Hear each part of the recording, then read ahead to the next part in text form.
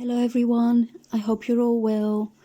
Welcome to my next video about mosaic art. Today I'm going to show you something I made for my daughter this week. This week's mosaic is all about unicorns, as you can see. One of my daughters, who is now 7 years old, Fotini is her name, she's been asking me for ages to make her a unicorn mosaic. So I thought, okay, this is an opportunity for me to make something for her. I've always wanted to make mosaics for my children, but I never had the time or the enough motivation.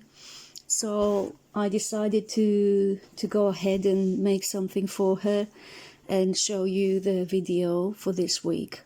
So basically what I did was I found a picture of a unicorn that I thought was suitable on Google. You can see it's from Shutterstock, and I just printed it out.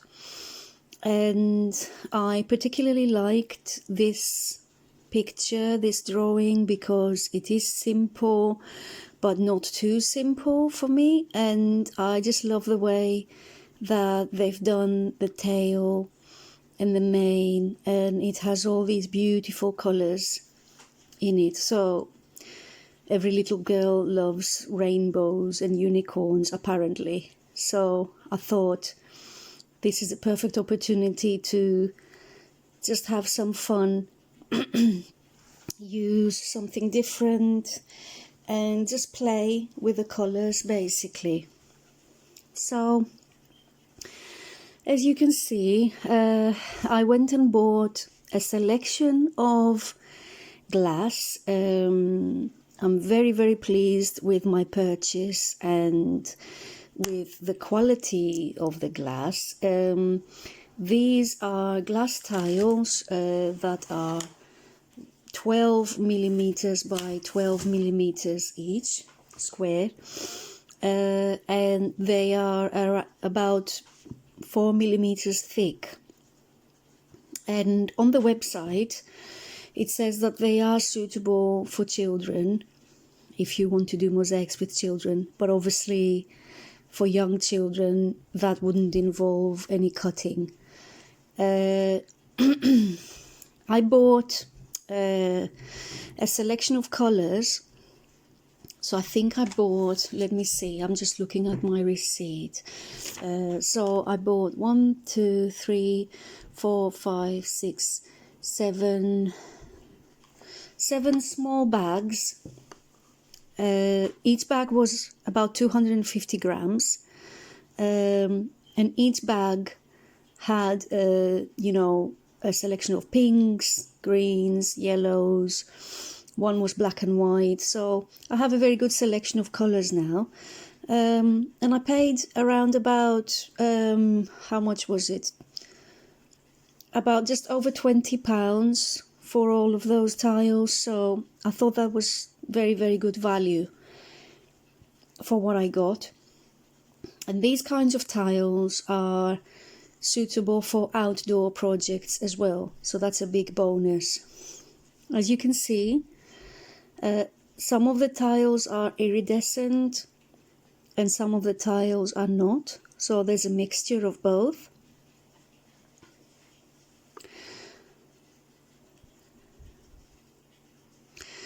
So what I did, because this design is obviously, as you can see, it has a lot of curves, and it might seem really daunting to translate that into a mosaic, but it's not really as difficult as it looks. The first thing that I did was I looked at my tiles and thought how I can cut those tiles to minimize the waste and just to make it easier for myself, because I like to work with as less waste as possible and also as less slivers as possible, to avoid cutting myself.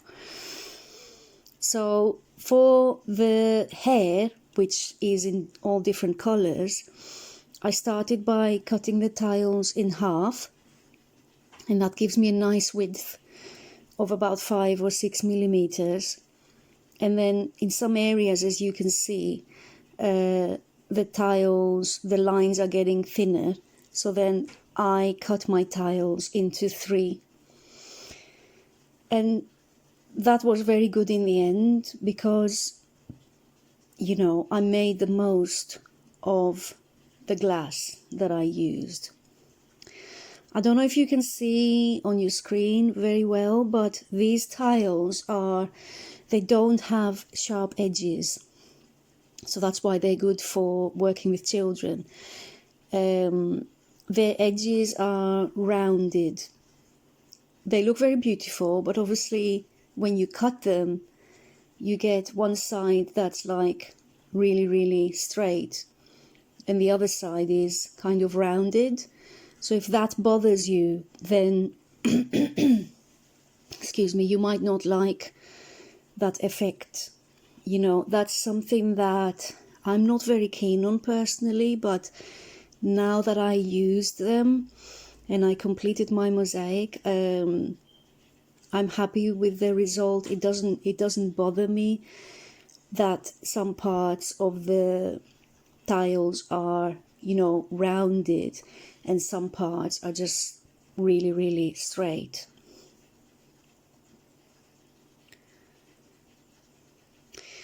With a design like this, obviously you need to do a little bit of planning ahead, because if you just start without planning where everything is going to go, I think you can get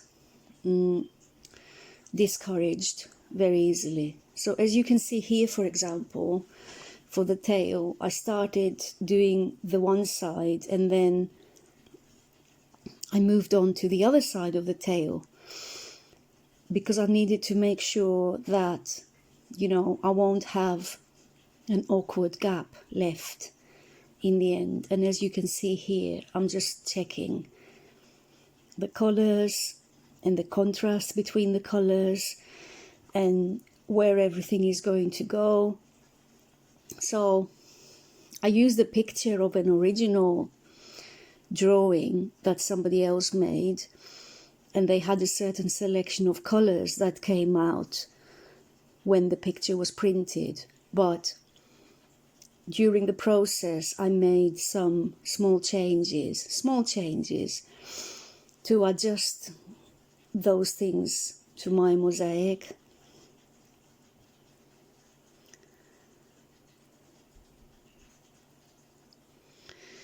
Also, for a project like this, I think you will definitely need a pair of tweezers, preferably a pair of tweezers that's quite fine.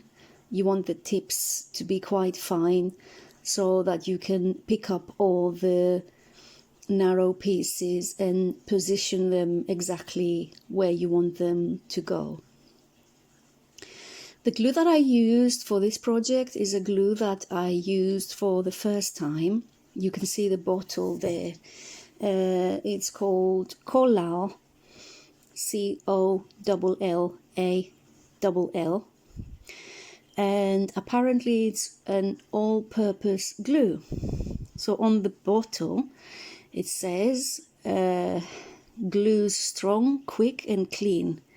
Paper, cardboard, leather, wood, ceramics, glass, and several plastics. Remove stains with acetone. May cause drowsiness or dizziness, etc. So I thought I would try this glue. This little bottle, which is 100 ml, cost me, how much was it? £2.57. So not very expensive, not very cheap either.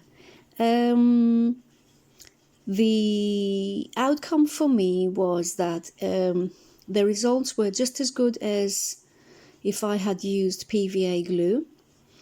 And I found that I used too much glue in the end.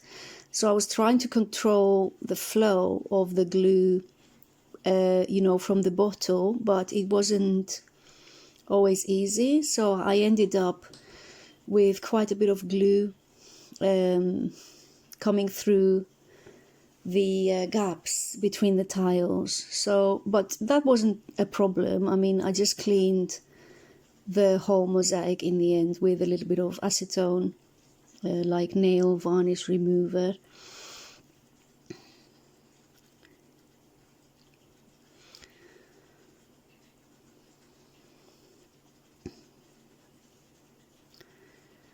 The colors that you see here on the video are slightly different to the colors of the tiles in real life. I would say the colors are much nicer in real life. They're not so vivid. You have all these different variations, and I had a very good selection actually of different reds, different yellows, different oranges. The only thing that I would say was missing was pinks. I would have liked to have a more vivid pink, just because that's what my daughter would have liked, but she's really, really pleased with the end result. And the tiles that are iridescent, they will have a lovely effect when the light shines on them. So I definitely recommend them. They don't have a brand name, at least the ones that I bought. I bought them from Hobby Island, and they were in little bags with a selection of, like I said before, a selection of blues, a selection of reds. So you get a little bit of everything. But some of the colors, I think you might be able to buy them individually as well. They cut very easily with these wheeled nippers. These are the Leponit wheeled nippers that I mentioned to you before. And these are ideal for cutting glass tiles.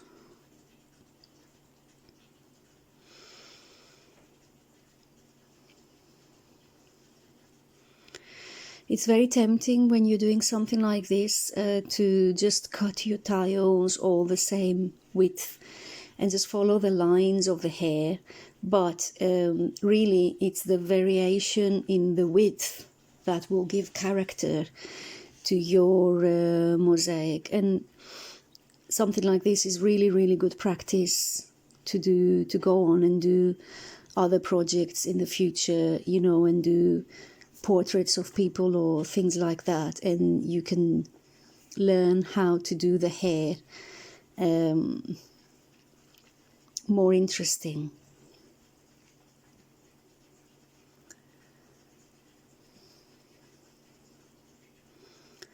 So I thought it would be more practical to start with the tail and the mane, and then carry on with the body of the unicorn. I wanted to do the more time-consuming parts first, and then move on to the parts of the mosaic that would be just one color.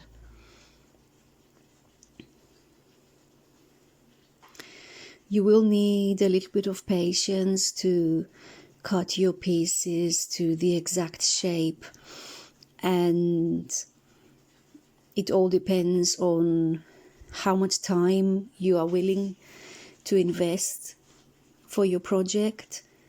You could make it very, very simplified, or you can just do as much detail as you want.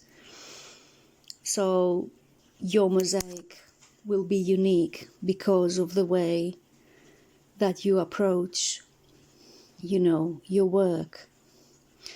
So for me, Normally I am quite fussy about what shapes I'm going to use, but also it's the fact that I know that the outcome will be so much better if I invest a little bit of extra time to cut my pieces, try and cut the pieces the exact shape that I need.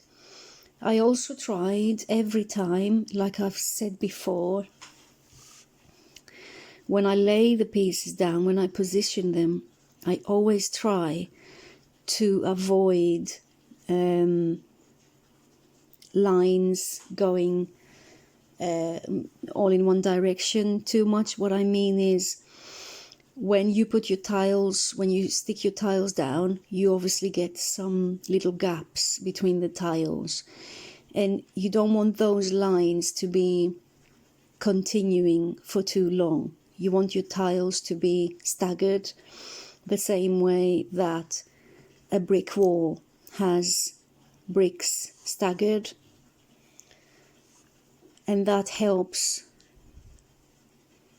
to maximize the effect of your mosaic. It just makes the flow better.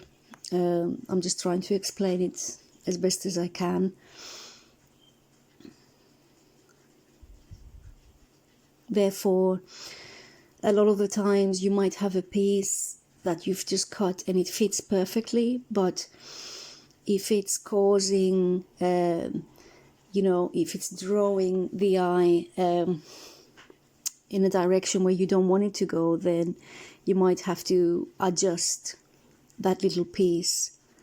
So it's little things like that that come with experience and with just how persistent you are when you do your work, when you do your project.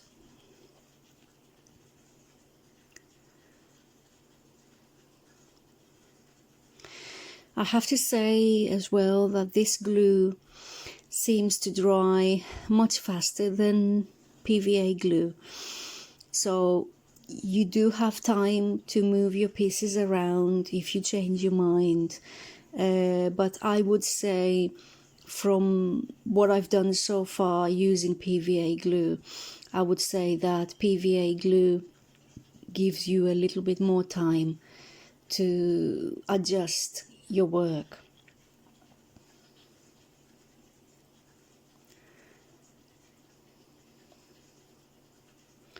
Also, if you have any, if you have open skin or very, very sensitive skin, then you might want to wear gloves. I chose not to wear gloves for this project because I was trying to avoid touching the glue, but of course that's nearly impossible. But it does sting a little bit if you have open skin, so you might want to think about that as well.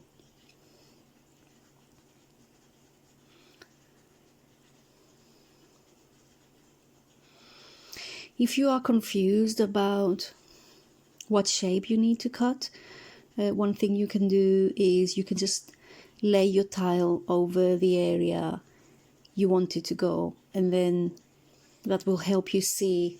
You can use a pencil or a permanent pen to mark where you need to cut your piece, and that will help. But my son, who will be 11 years old soon, he helped me a little bit with this project towards the end, and that's what he did. He needed to cut a few triangles that were a very, very specific shape, because it was at the end of the mosaic, so we needed to cut some specific shapes to fill in some gaps. So that's what he did. He just put the tiles on top of the gap just to estimate how he needed to cut it, and he did just fine. So if my 11-year-old son can do that, then so can you. And you just take your time, enjoy the process, and have fun with it.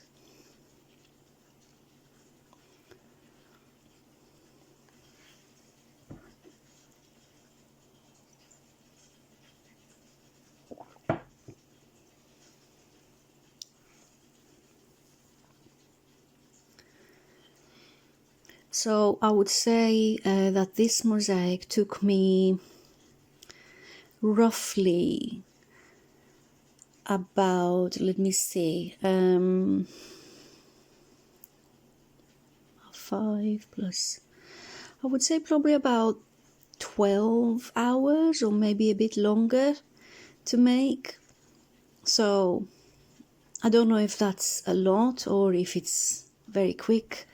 I've said before that I'm not a very fast worker. I am quite fussy about where everything is going to go, how the pieces are going to be cut and all that. So for me, I finished it in 3 days, so not 3 full days, but I did work quite a lot the first 2 days to do the mane and the tail.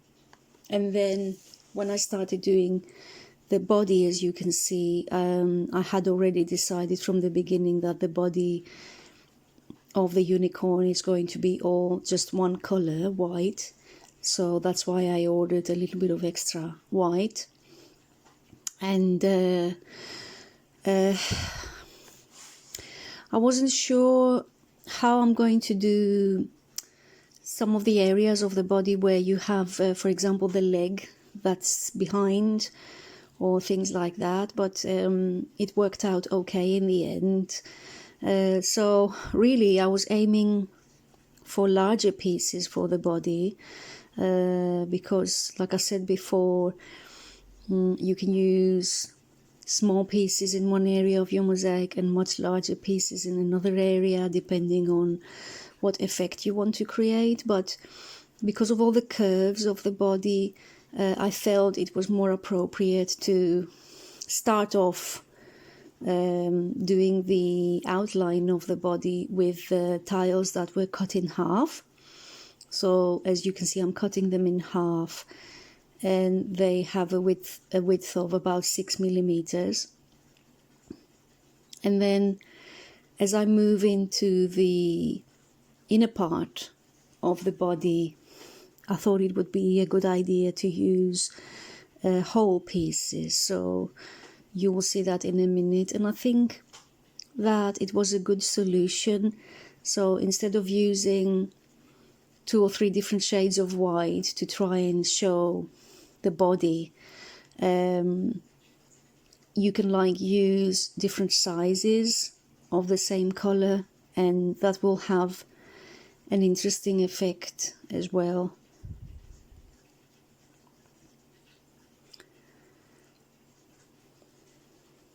Obviously you have this very thin outline of the unicorn, and you might, some people like to paint the grout lines a certain color, so you could do that instead of using a different color tile. But you just have to experiment and just see what works best.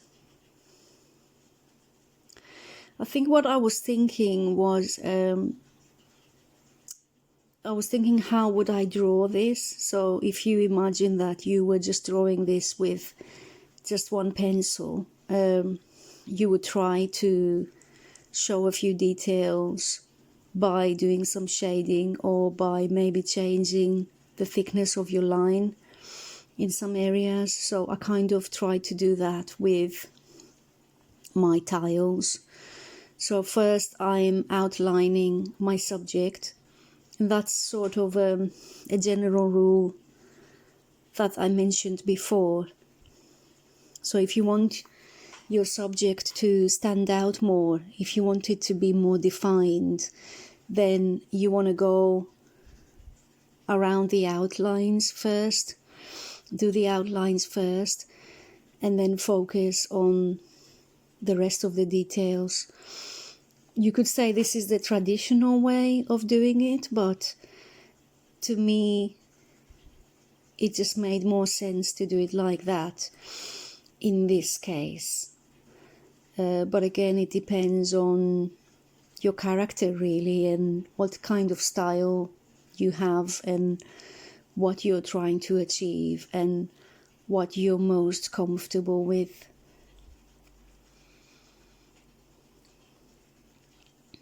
Also, like I mentioned before, it does have to do with the shape of the tiles that you get initially. So if you buy square tiles, then it makes sense. It makes more sense to cut them in a certain way, like cut them into in half or into fours to minimize the waste.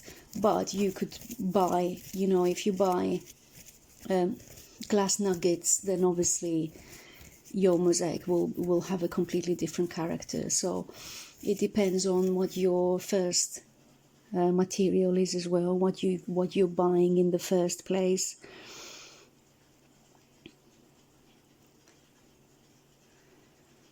And then to do some more details, I wanted to do detailed work, but I didn't want it to be overly detailed. I didn't want to end up doing like a miniature mosaic level of detail. I wanted it to be just with enough detail to show what I wanted to show, but I didn't want it to be overly detailed. And so this was the trickiest part of this mosaic, was the shape of the head,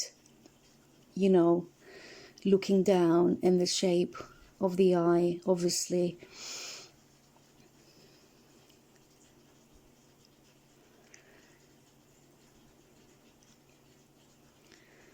Also, when you feel that you're getting a little bit tired of doing too much detail, it's best just to stop, have a break, or even just put your work away and come back to it the next day.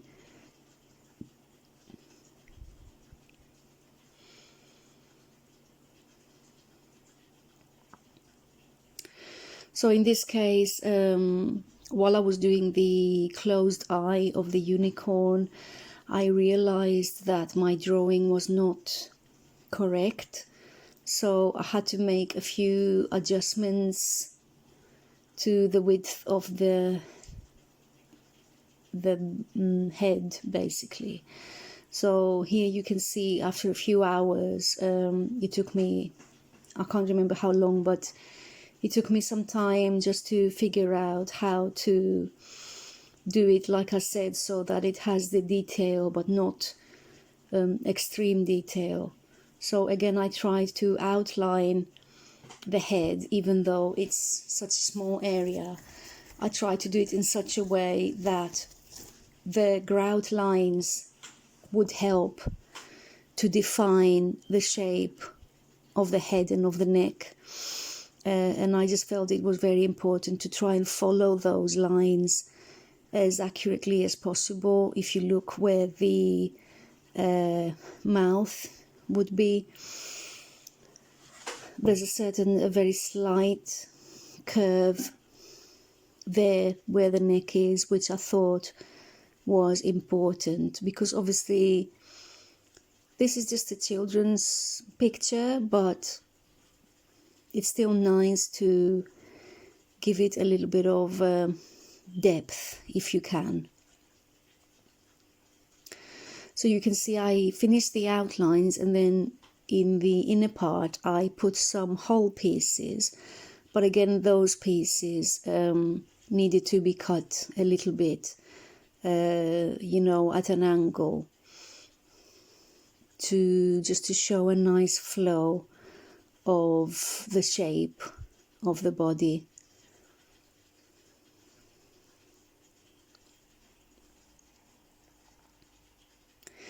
I think mosaic art is, as you have probably realized if you've watched my videos, it does need, you need to be patient, you need to be persistent, and It takes time to produce a mosaic. It's not as quick as doing a drawing or a painting. I have said this before. When you're doing a painting, when you paint one brush stroke, you see the results of that brush stroke. You see the results straight away. When you're doing mosaic art, you need to be patient, and you have to just wait a little bit longer to see the results of your labor. So one line takes, much longer to complete than if you were painting a line with a brush and paint. So it is something that I think a lot of people are not used to nowadays, because everything is so fast. Our life is fast, and we can find information very fast. And when you do mosaic art, you realize that you have to slow down.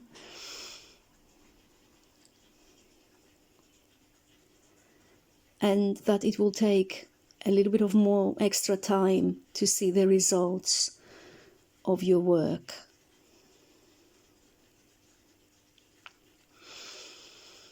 And the bottom line is that you should enjoy it. I think that's true for any kind of art. It takes time and effort, but at the same time, you should enjoy that work. And if you find it just too time consuming, or that it's dragging on too much, then maybe this is not the kind of craft for you. So you just have a go and see how you feel. So you can see there an example of what I was talking about before, about staggering. So I think it's very, very important to think about that when you're doing any type of mosaic, really, and any kind of shape of tile. I think it's important to consider your grout lines, your gaps between the tiles, and how that will look in the end. For this particular mosaic, I glued the pieces really, really close together, and I haven't actually grouted it yet. I haven't decided yet if I am going to put any grout on it or not. I ran out of time to show you, the completed. I completed the mosaic, but I ran out of time to do any grouting. So I'm going to leave it for a couple of days and see how it goes. And you can see that just for that particular part where the one leg is behind, I made the grout line just slightly bigger. The idea is to let that gap show what would normally be a line, in a drawing. And here you can see that you can easily cut tear-shaped tiles. You can cut tiles in the shape of a tear or any other shape with just a little bit of practice.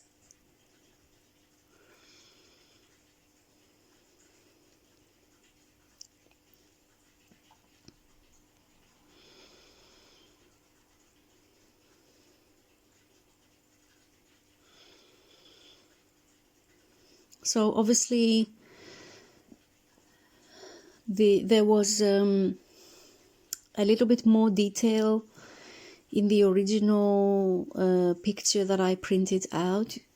The hair, the tail and the mane had some of the lines were very, very thin. And like I said before, that would have led to a miniature type mosaic. So that's not what I was aiming for. And I didn't feel it was necessary to put so much detail into the hair. So I took that picture. I did the drawing, practiced my drawing, and I adjusted it to fit the board that I'm using. Another thing I wanted to mention as well was that this board that I'm using here, I forgot to show you at the beginning of the video. It's actually a floorboard that was part of the leftovers we had from a new floor we had put in. So it was a manufactured wood flooring, laminated flooring. And this is the back of the floorboard. They left us a few, not a lot, but they left us a few offcuts. And I had these two small pieces that were nearly perfect. So I asked my husband if he could cut them for me to make the corners right corners. And this board is really perfect for mosaics. In the end, you will see the back of it. I think I filmed it. So the back of the mosaic actually looks like wood, and this is the back of the floorboard. It's very clean, it's very smooth, it's very, very durable. So it's a perfect base really for a mosaic. So I'm really pleased that I used this leftover piece of floorboard. And this is what I mean when I say that you can use things that you already have in your home.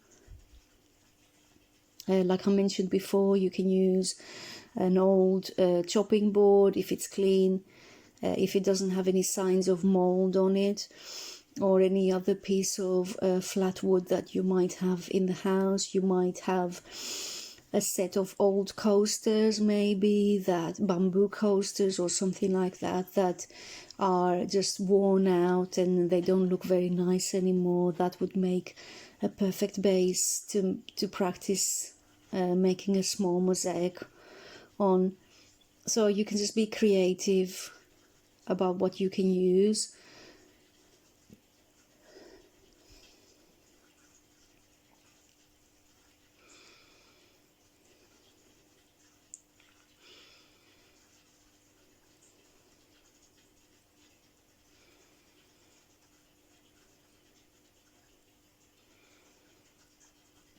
You can see how fussy I am here with my pieces, but that's just me. You don't have to be so fussy.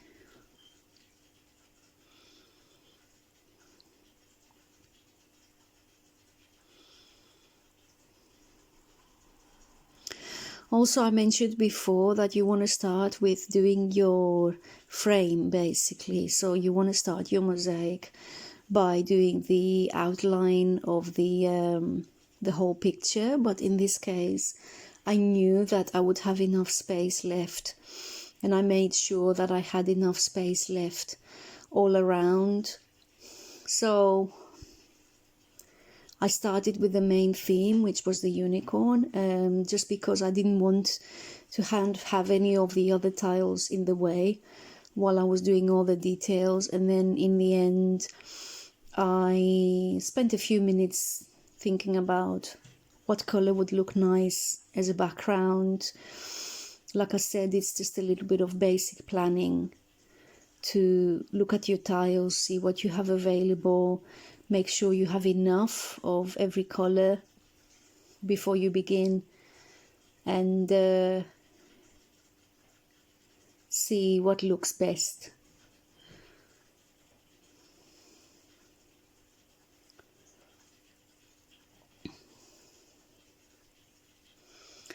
You can see here that the horn of the unicorn has a lot of detail. It's like a rainbow sequence of colors with a white line going across it. But I didn't do that when I did the horn. I just picked up, I picked a sequence of colors that I thought would look good. And I did that, and I think that it looked quite effective in the end.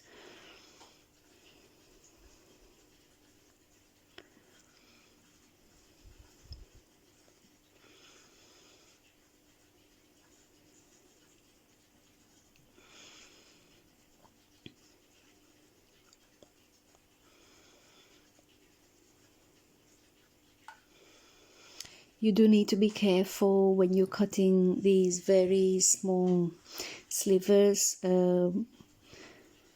I did cut myself a couple of times. I did get a little bit of glass in my finger. Just put a plaster on it, but I suppose it's inevitable to cut yourself sometimes. You just need to be very careful. Sometimes it's just not practical to use gloves when you're cutting pieces that are very, very small and detailed. You want to have full control of your cutters and when you're holding the glass.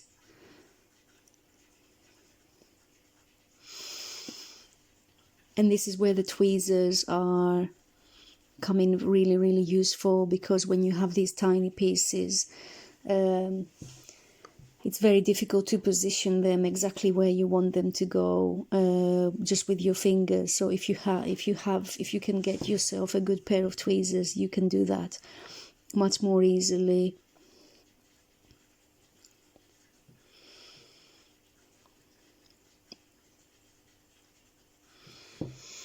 As I was doing the mosaic, I was always thinking about the contrast between the colors. I was checking if one color looks good next to another color. Sometimes you might really like a particular color, but then when you put it next to another color, it loses some of its interest. So that's also another thing to think about. Some colors can look really, really dull when they are next to others.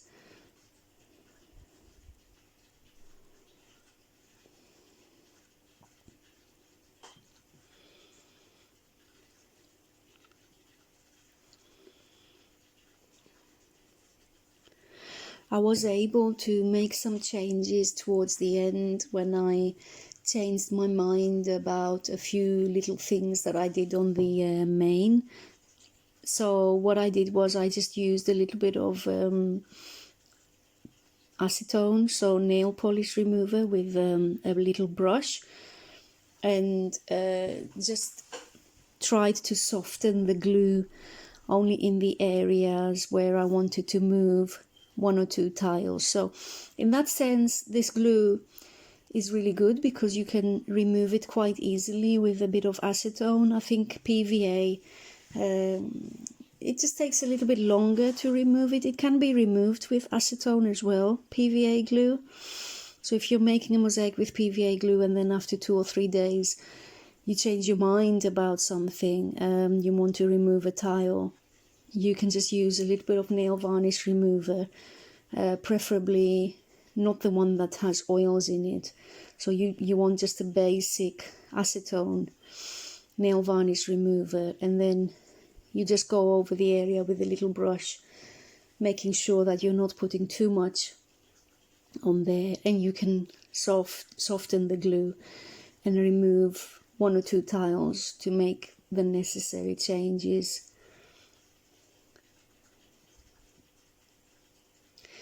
These tiles are really nice to work with if you don't want to use any tile adhesive or anything like that, because they are, even though they have these slight indentations at the back of them, they are still smooth enough to use with just a glue, like a clear glue or a PVA glue.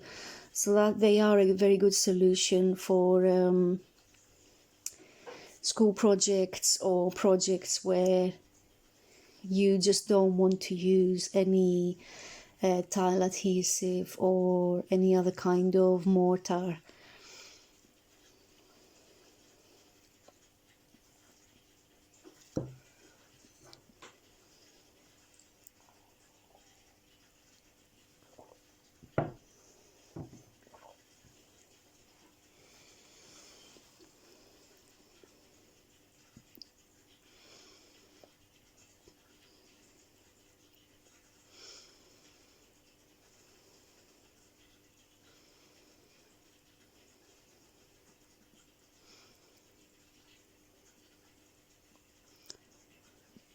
I hope you have enjoyed this week's project.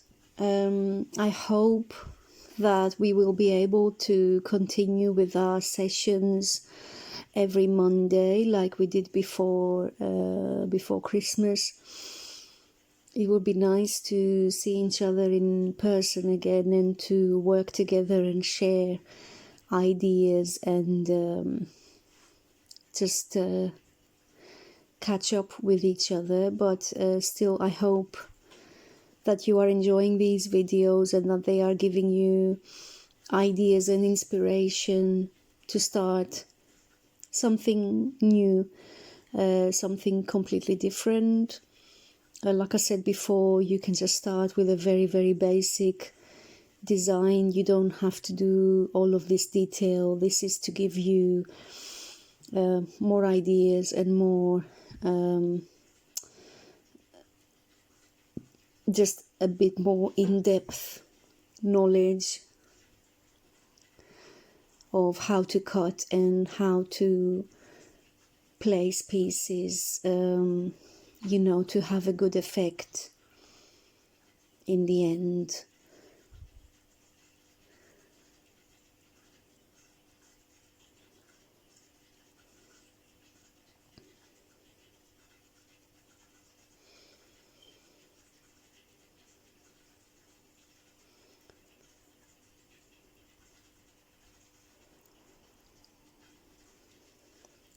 So the outcome was that my daughter was really, really pleased with the finished mosaic, and now my son, who, like I said, he will be 11 years old in May, he said he really enjoyed helping me and he would like to make a dinosaur mosaic with me.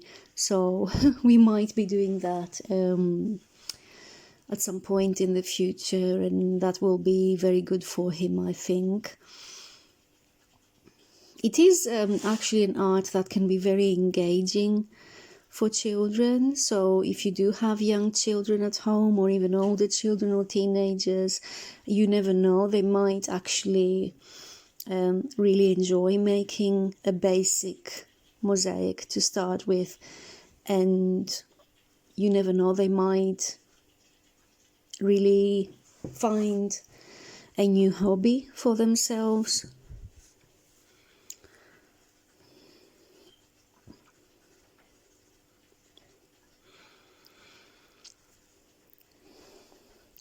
So there you can see my interpretation of how to do the horn in a much simpler way. So I just used 4 colors, I believe, and in like a rainbow order.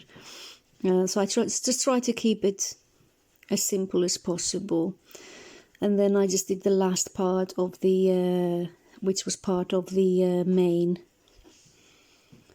And that needed to be adjusted because the board that I used was a slightly different shape to the shape of the, the original surface area of the drawing. So, like I mentioned before, every time you do a new mosaic, it's an opportunity to practice your drawing skills and just have a go and see how it goes. But it really is not as daunting as you might think in the beginning. But it's a good idea to plan your mosaic and just think about your background, how you will place your subject on your surface. You want to have enough breathing space all around your subject, and you want to have enough space to do your frame and your background.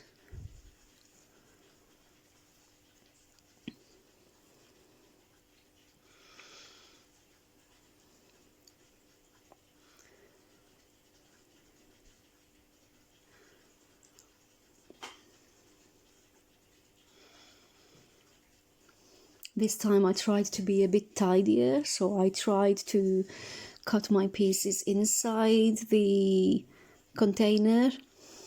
So I think I improved in that sense.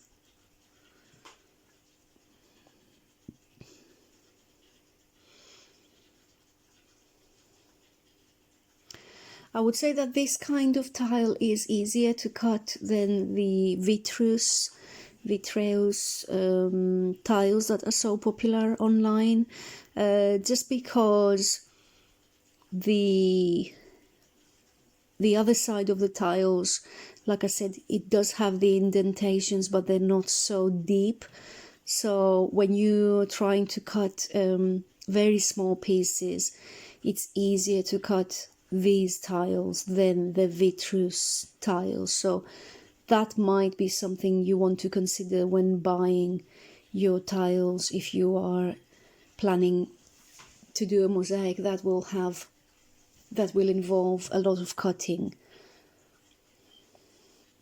And that's why I think that these were very good value for what you get, and it's proper quality. It's something that will last. They're not going to fade, these tiles. So that is important for me personally. When I do something, I like to use something that will last. If you use buttons or anything like that, it might look really nice in the beginning, but you don't know how the plastic is going to react over time. Whereas with glass, unless it's buried in the ground for 2,000 years, glass will always have the same brightness and the same beauty as the first day that you used it.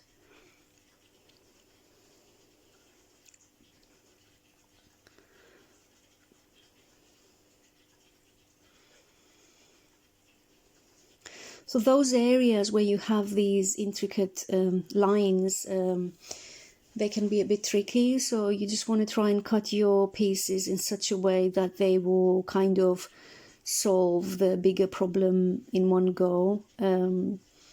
It's just all these little things that come with experience, and with every project that you do, you just get better at it, and it's less intimidating when you see all these little gaps and you think to yourself, how am I going to deal with that?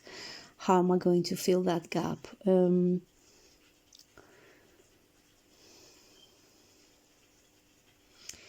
might have noticed that I usually put my pieces kind of in the middle of a line when I'm doing something, and I don't start from the beginning, and that's because I want to make sure that my pieces are staggered.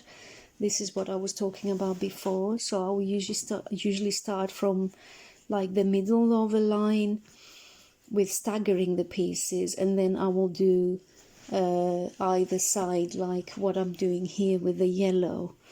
And that's just my way of dealing with that issue.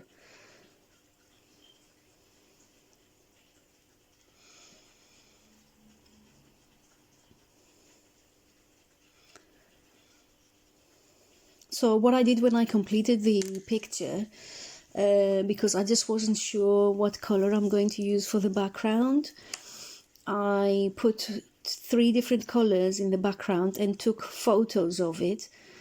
And then I actually showed it to my daughter, and I asked her, I said, which color do you want as a background? Do you want the dark blue? Do you want the pink? Or do you want, I don't know what the third one was now. And she said, I want dark blue, which I thought was the most effective one as well, because you have all these different colors, obviously, the rainbow colors on the tail and on the mane. So I needed a color that would make it really stand out and that wouldn't be confusing for the eye. So I had just about enough dark blue. And I actually had to use a little bit of my stained glass blue as well in the end, because I didn't have exactly enough. So I managed to finish it. It wasn't worth buying any more dark blue. I wouldn't have received it on time anyway to complete my video for you, but I think you will see in the end that the dark background really helps the whole thing to stand out.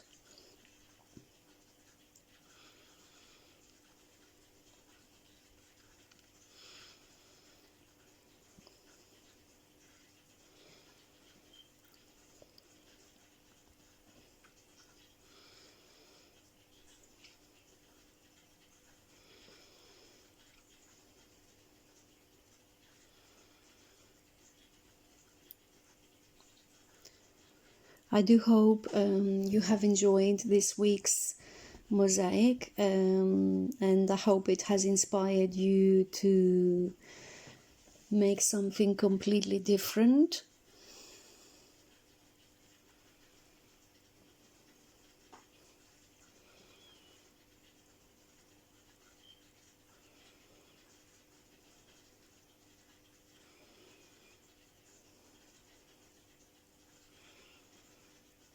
So at this stage, which was, you know, the last stage really of the mosaic, was I did my frame.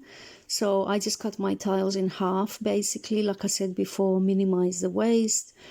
Whole tiles would have been too big for my liking, so I cut them in half, and then I put a slightly darker green on the four corners, and then a kind of a lime green just on the corners, and then another really lovely grass green.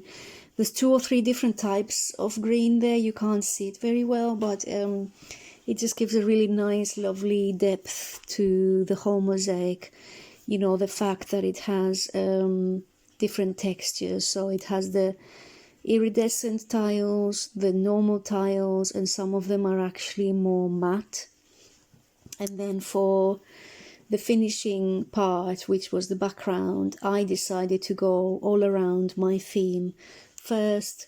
So as you can see, I've done the bottom of it, following that curve of the tail, and then I just did a few straight lines in the end in the leftover background. But again, that's down to your personal taste and just how you want to do it. This is obviously more time consuming if you go all around your theme first, but again, for me, I felt that it was better to do that.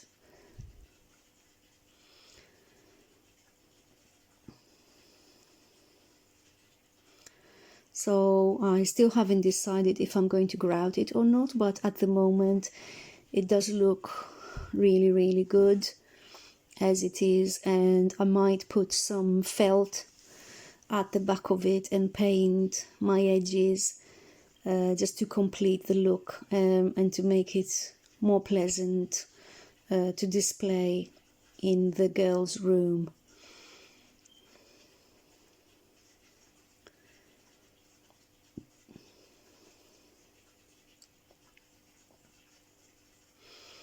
I do hope you have a good week. I hope you will be creative and make things that make you happy as much as possible. And I will see you soon. Take care.